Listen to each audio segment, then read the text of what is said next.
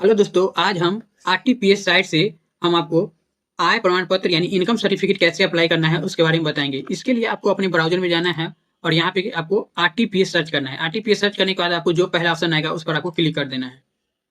Click करने के बाद आप ये ऑफिशियल वेबसाइट पे आ जाएंगे। यहाँ पे देखिए इसका ऑफिशियल वेबसाइट का लिंक भी दिया गया है। इस वेबसाइट पर आपको आना है। इस वेबसाइट पर आने के बाद आपको यहाँ पे आना है। सबसे पहला में ऑप्शन दिया गया है लोक सेवाओं का अधिकार। इस पर आने के बाद इसमें आपको पहला ऑप्शन मिलेगा सामान्य प्रशासन विभाग का। इस पर आपको क्लिक करना है। इस पर क्लिक करने के बाद आपको इतने सारे ऑप्शन खुल करके आ जाएंगे जिसमें आवासीय है, जाति है और आय है। तो हमको आय प्रमाण पत्र बनाना है तो हम इस पर आय प्रमाण पत्र पर क्लिक करेंगे। इस पर क्लिक करने के बाद आपको फिर तीन ऑप्शन खुल करके आएंगे, एक अंचल स्तर पर, एक अनुमंडल स्तर पर, एक जिला स्तर पर। तो सबसे पहले जो बनता है अंचल स्तर पर बनता है। इसके बाद ही आप अंचल स्तर पर बनने के बाद ही आप क्या कर सकते हैं, अनुमंडल स्तर के लिए अप्लाई कर सकते हैं। अनुमंडल स्तर पर बन जाने के बाद ही आप क्या करेंगे, जिला स्तर पर अप्लाई करेंगे। तो सबसे पहले आपको अंचल स्तर पर बनाना है। यहाँ पे आने के बाद आपको यहाँ पे जेंडर सबसे पहले पूछा जाएगा कि आप क्या जेंडर है। तो आप अपना एक जेंडर बता देंगे, मेल है फीमेल है। यहाँ पे अभिवादन में है तो कोई भी अभिवादन नहीं रहने दे, यही सिलेक्ट रहने दे। उसके बाद यहाँ पे आपको नेम ऑफ अप्लीकेंट, यहाँ पे आपको अपना नाम लिखना है, जो भी आपका नाम है। मान लीजिए कि आपका नाम सोहन है तो सोहन लिख सकते हैं। जैसे ही स्पेस क्लिक करेंगे तो देखिए यहाँ पे हिंदी में आ जाएगा। थोड़ा टाइम लगेगा लेकिन क्या करेगा, हिंदी में आ जाएगा। अगर इसे हिंदी में आपका नाम, मान लीजिए कि आपने नाम लिखा लेकिन अगर गलती है तो इसे आप यहाँ से एडिट कर सकते हैं, यहाँ से कम करके एडिट कर सकते हैं इसको। इसके बाद यहाँ पे आपको अपना फादर नेम लिखना है, नेम ऑफ फादर नेम। तो यहाँ पे अपना फादर जी का नाम लिखेंगे, पिताजी का नाम। मान लीजिए किसी का नाम पिताजी का है मोहन, तो यहाँ पे आप मोहन लिखेंगे। तो जैसे ही स्पेस क्लिक करेंगे तो देखिए यहाँ पे मोहन आ गया। फिर यहाँ पे मान लीजिए कुमार लिख दिए तो कुमार आ जाएगा यहाँ पे। फिर सिंह लिखेंगे तो सिंह आ जाएगा। जो भी आप लिखेंगे स्पेस क्लिक करेंगे तो ये ऐसा आ जाएगा। लेकिन अगर आप मोबाइल से भर रहे हैं उसमें अगर आप स्पेस पर क्लिक करेंगे तो हो सकता है ये हिंदी में नहीं है, आपको मैनुअली लिखना पड़ जाएगा। लेकिन आप अगर लैपटॉप या फिर टैब से करेंगे तो आपको आ जाएगा। यहाँ पे आपको नेम ऑफ मदर है तो यहाँ पे अपना माता जी का नाम लिखेंगे। सेम वैसे ही यहाँ पे फिर हिंदी में आ जाएगा। फिर अगर कोई शादीशुदा महिला है तो यहाँ पे अपने पति का नाम लिखेंगे और नहीं से छोड़ सकते हैं। इसको देखिए यहाँ पे देखिए स्टार मार्क लगा हुआ है। स्टार मार्क जिसमें भी लगा हुआ रहेगा उसको मैंडेटरी हो जाता है कि क्या कहे, इसको देखिए स्टार मार्क लगा हुआ तो इसको मैंडेटरी है कि फिल करना है। लेकिन यहाँ पे देखिए कोई भी स्टार मार्क नहीं लगा हुआ है तो इसको आप इसे ऑप्शनल मार्क से छोड़ सकते हैं। तो चलिए हम आगे बढ़ते हैं। इसके बाद यहाँ पे बताया गया है मोबाइल नंबर। तो यहाँ पे आप अपना एक मोबाइल नंबर डालेंगे और जो भी मोबाइल नंबर डालेंगे उस पर अभी तुरंत ओटीपी जाएगा। उसके बाद ओटीपी को क्या करना है, वेरीफाई करना है। तो चलिए मोबाइल नंबर डालते हैं।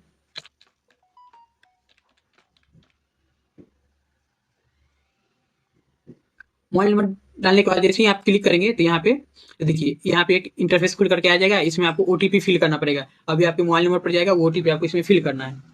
जैसे ही हम ओटीपी फिल करेंगे उसके बाद वैलिडेट पर क्लिक करना है। वैलिडेट पर क्लिक करेंगे, देखिए यहाँ पे क्या वेरीफाई करके आ गया है। तो ये क्या है कि ओटीपी वेरीफाई हो गया है। इसके बाद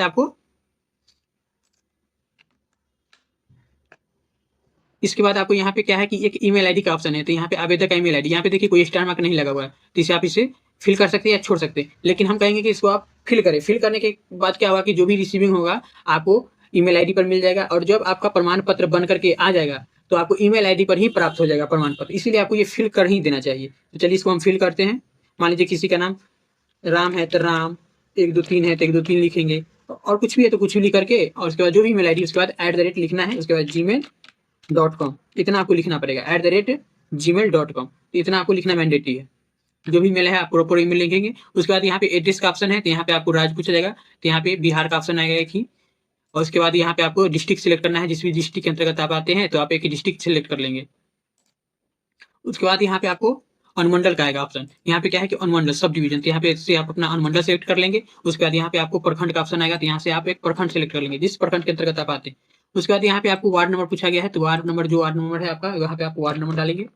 उसके बाद देखिए स्थानीय निकाय का प्रकार, टाइप ऑफ लोकल बॉडी के बारे में पूछ रहा है। तो यहाँ पे आपको ग्राम पंचायत के अंतर्गत आते हैं या फिर नगर निगम में आते हैं या फिर नगर परिषद के अंतर्गत आते हैं या फिर नगर पंचायत में, जिसके अंतर्गत आप आते हैं उसको आपको इस पर सिलेक्ट करना है। मान लीजिए नगर निगम में आते हैं तो नगर निगम सिलेक्ट करेंगे तो फिर यहाँ पे आपको नगर निगम सिलेक्ट करना पड़ेगा। ग्राम पंचायत पर क्लिक करते हैं तो यहाँ पे ग्राम पंचायत के अंतर्गत आते हैं तो यहाँ पे देखिए ऑप्शन खुल करके आएगा कि इस पता के अनुसार इतनी ग्राम पंचायत है।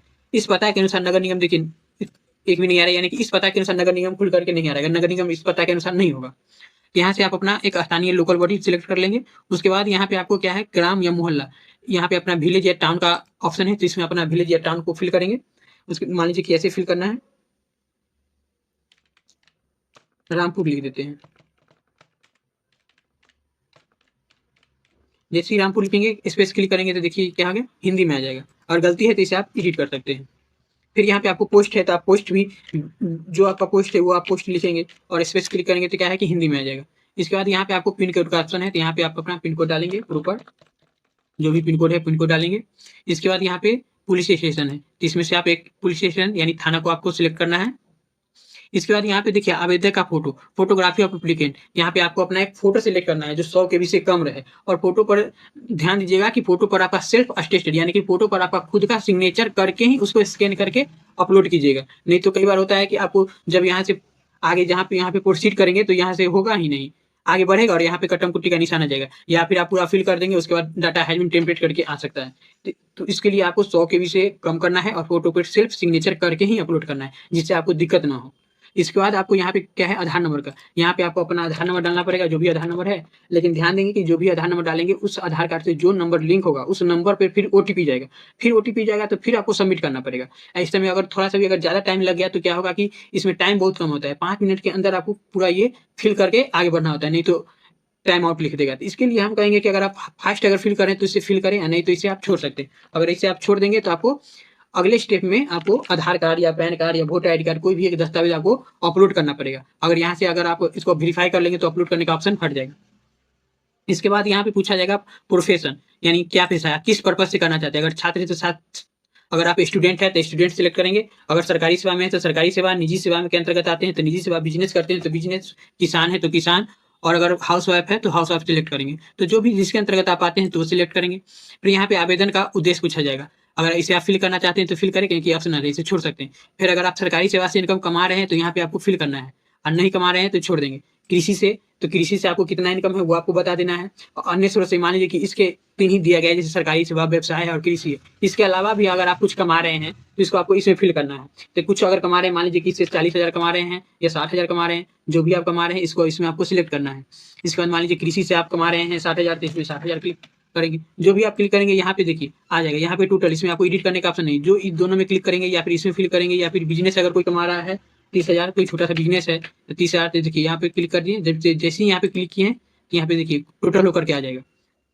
यहाँ आने के बाद आपको यहाँ पे देखिए आय प्रमाण पत्र के साक्ष्य हेतु आवेदक या आवेदिका के माता पिता का निम्नांकित अभिलेख समुचित माने जाएंगे। जैसे आप अप्लाई कर रहे थे, इसमें आपको वेतन या फिर वेतन पर्ची है, आपके माता पिता अगर अगर वेतन उनको मिलता है तो उसका आप डाल सकते हैं, या फिर अगर पेंशन पर्ची है तो पेंशन पर्ची भी आप इसमें डाल सकते हैं।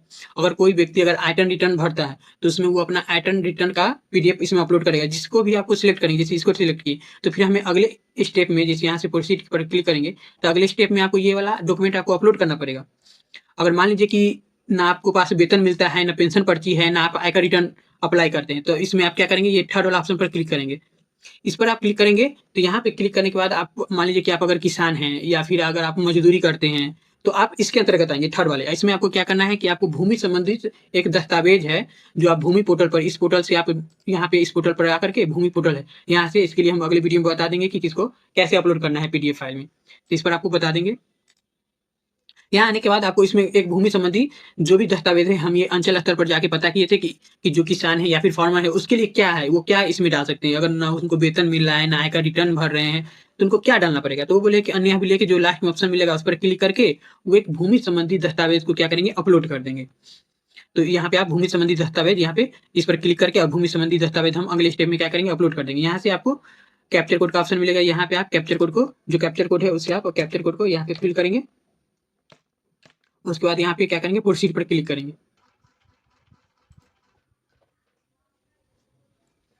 यहाँ आने के बाद आपको सारी जानकारी यहाँ पे आपको देखने को मिलेगा, जो भी जानकारी आपने फिल किया है ये जानकारी आपको खुल करके यहाँ पे आ जाएगा। यहाँ पे आने के बाद आपको अटैच पर क्लिक करना है, अगर कोई गलती है तो यहाँ से एडिट कर सकते हैं, तो यहाँ पे आपको क्लिक करना है। यहाँ पे देखिए आवेदन का पहचान पत्र, यानी कि इसमें से आपको कोई भी एक पहचान पत्र, जैसे मनरेगा में जॉब किए हैं या फिर पेंशन दस्तावेज है, कोई भी, या केंद्र सरकार या सर्विस पहचान पत्र है, कुछ भी है इसमें से आपको तो एक अपलोड करना है। लेकिन हम इसमें क्या करेंगे कि इसमें से हम एक आधार कार्ड सेलेक्ट कर लेते हैं, यहाँ से हम सिलेक्ट करके फाइल को अपलोड कर लेंगे। फिर यहाँ पे देखिए जो भी इसमें से आप क्लिक करेंगे वहाँ पे, तो यहाँ पे उसमें एक स्टार मार्क, देखिए हम अन्य अभिलेख पर क्लिक किए हैं क्योंकि किसान है या फिर फार्मर है, वो अन्य अभिलेख में जाकर के भूमि संबंधी दस्तावेज इसमें क्या करेंगे, अपलोड कर देंगे। लेकिन कोई आयकर रिटर्न करते हैं तो आयकर पर क्लिक करेंगे, कोई पेंशन भरते हैं तो इस पर वेतन मिलता है या फिर पेंशन पर्ची है तो इस पर क्लिक करेंगे। तो चलिए हम इस पर क्लिक करके इसको अपलोड करते हैं और यहाँ से क्या करेंगे, सेव करेंगे। यहाँ पे आने के बाद यहाँ से आपको फाइनल सबमिट कर देना है, यहाँ पे फाइनल सबमिट आपको कर देना है।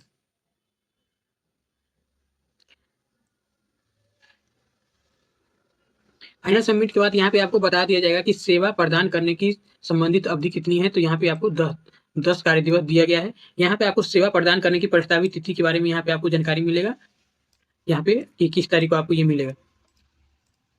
इसके बाद नीचे आएंगे, नीचे आने के बाद यहाँ पे आपको एक्सपोर्ट पीडीएफ का ऑप्शन मिलेगा। यहाँ से आप इस पर क्लिक करेंगे तो यहाँ से आप डाउनलोड कर लेंगे। वीडियो अच्छा लगा हो तो वीडियो को लाइक और चैनल को सब्सक्राइब जरूर करें।